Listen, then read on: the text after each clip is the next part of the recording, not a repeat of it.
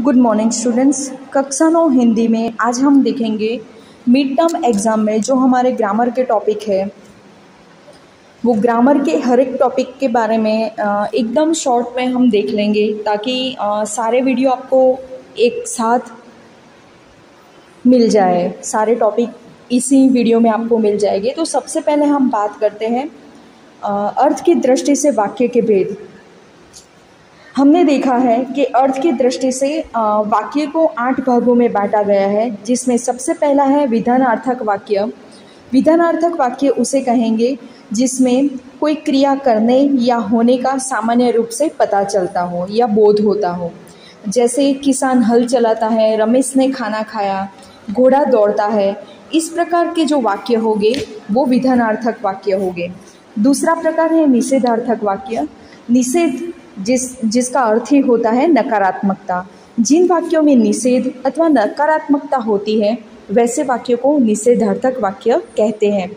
जो वाक्य में नहीं, ना,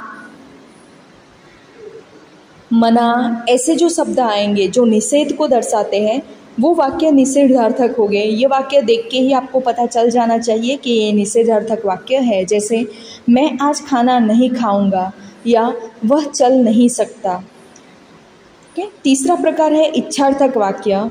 जिन वाक्यों में वक्ता यानी कि बोलना की इच्छा, कामना, आशीर्वाद या आशा का भाव प्रकट होता है उस वाक्य को इच्छार्थक वाक्य कहते हैं। जहाँ पे बोलने वाला अपने मन की कोई इच्छा को व्यक्त करता है। जैसे भगवान तुम्हारा भला करे, आओ मिलकर खाना खाया जाए। ऐसे जो वाक्य है जिसमें कोई इच्छा प्रकट होती है तो वो किस प्रकार में आएंगे? इच्छार्थक वाक्य में आएंगे। नंबर 4 है प्रश्नार्थ वाक्य। ये आपको देख के ही पता चल जाता है और आपको पता भी है कि जो वाक्य में कोई प्रश्न पूछा गया हो या जो वाक्य प्रश्न पूछने के लिए प्रयोग किया गया हो वो प्रश्नार्थक वाक्य होंगे।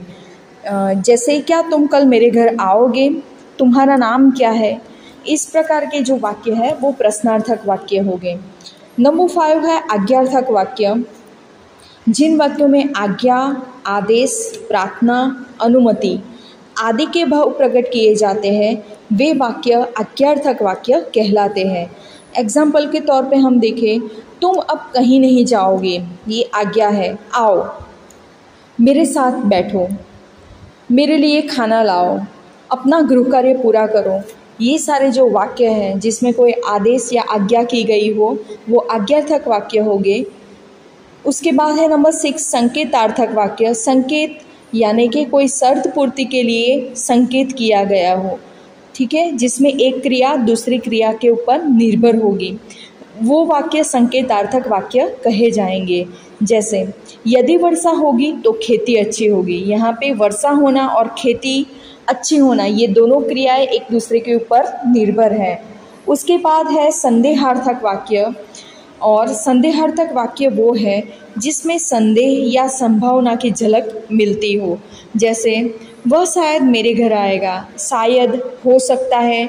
ऐसे जो वाक्य होंगे जिसमें संदेह दर्शाया गया होगा वो संदेहार्थक वाक्य होंगे। शायद मैं पढ़ने बैठ जाऊंगा, हो सकता है आज मैं स्कूल ना आ पाऊँ।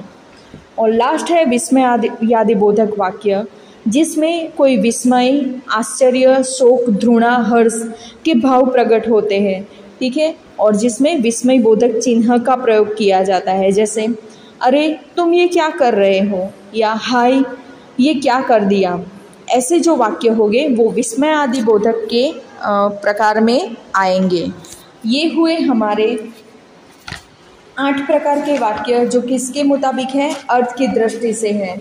उसके बाद हम बात करें अनुनासिक और अनुस्वार की, जो आप 8 में भी पढ़ चुके हो और आपको आता भी है। जैसे बात करते हैं हम अनुस्वार की। अनुस्वार जो एक नासिक की व्यंजन है, अर्थात इसका उच्चारण नाक से किया जाता है और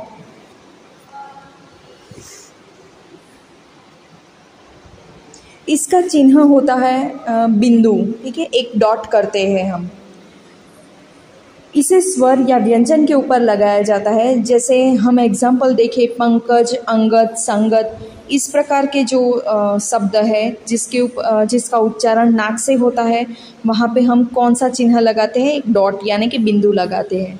और अनुनासिक, जो अनुनासिक है वो क्या है? अनुनासिकता वो स्वर का गुण है। सामान्य रूप से स्वर का उच्चारण करते समय, याद रखना, ये उच्चारण करते समय हवा मुंह से निकलती है, परंतु जब स्वरों का उच्चारण करते समय आवाज़ या ध्वनि मुंह के साथ साथ नाक से भी बाहर आती है तो वो अनुनासिक हो जाते हैं। अनुनासिक का चिन्ह है चंद्रबिंदु, जो हम सभी सीख चुके हैं। अनुनासिक में दूसरा एक नियम हमें याद रखना है कि जिन स्वरों की मात्राओं का कोई भी हिस्सा शिरोरेखा के बाहर निकलता है, ठीक है, वहाँ पे चंद्रबिंदु का प्रयोग नहीं किया जाता। वहाँ पे क्या होता है?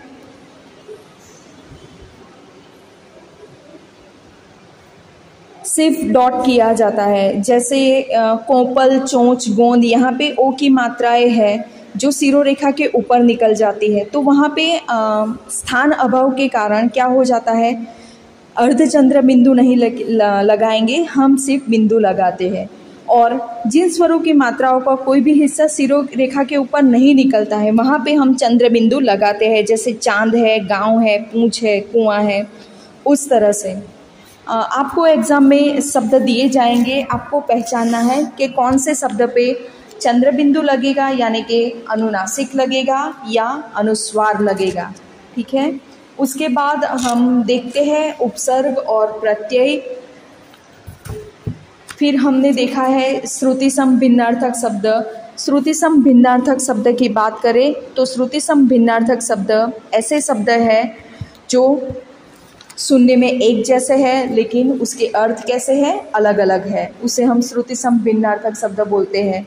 जैसे हमने देखा था दिन और दिन, एक में बड़ी ई है, एक में छोटी ई है।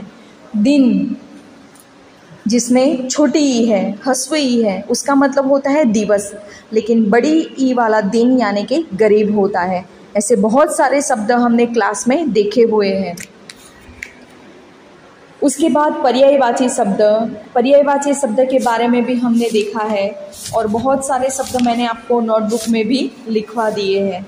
ऐसे शब्द जिसके अर्थ एक समान होते हैं, ठीक है, हाँ, लेकिन उनके प्रयोग करते समय हमें ध्यान रखना है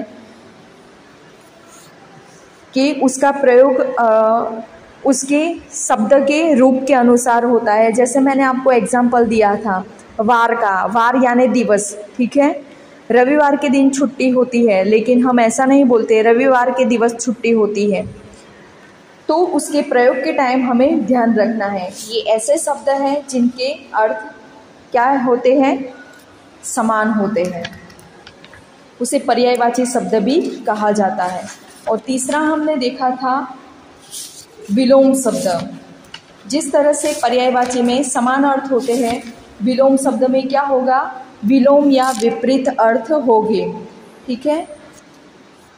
जैसे हमने देखा था रात दिन, अंधकार प्रकाश, उस तरह से बहुत सारे शब्द हमने विलोम शब्द में भी क्लास में देखे हुए हैं। उपसर्ग प्रत्यय और बाकी जो हमारा है उपसर्ग प्रत्यय के वीडियो मैंने आपको लोगों को भेजे हैं। शब्द और पद का वीडियो भी मैंने आपको भेजा है, वो वीडियो आप लोगों को देख लेना है ताकि आप लोगों को ग्रामर के सारे टॉपिक फिर से याद हो जाए या कहीं पे कन्फ्यूज़न है तो आप कर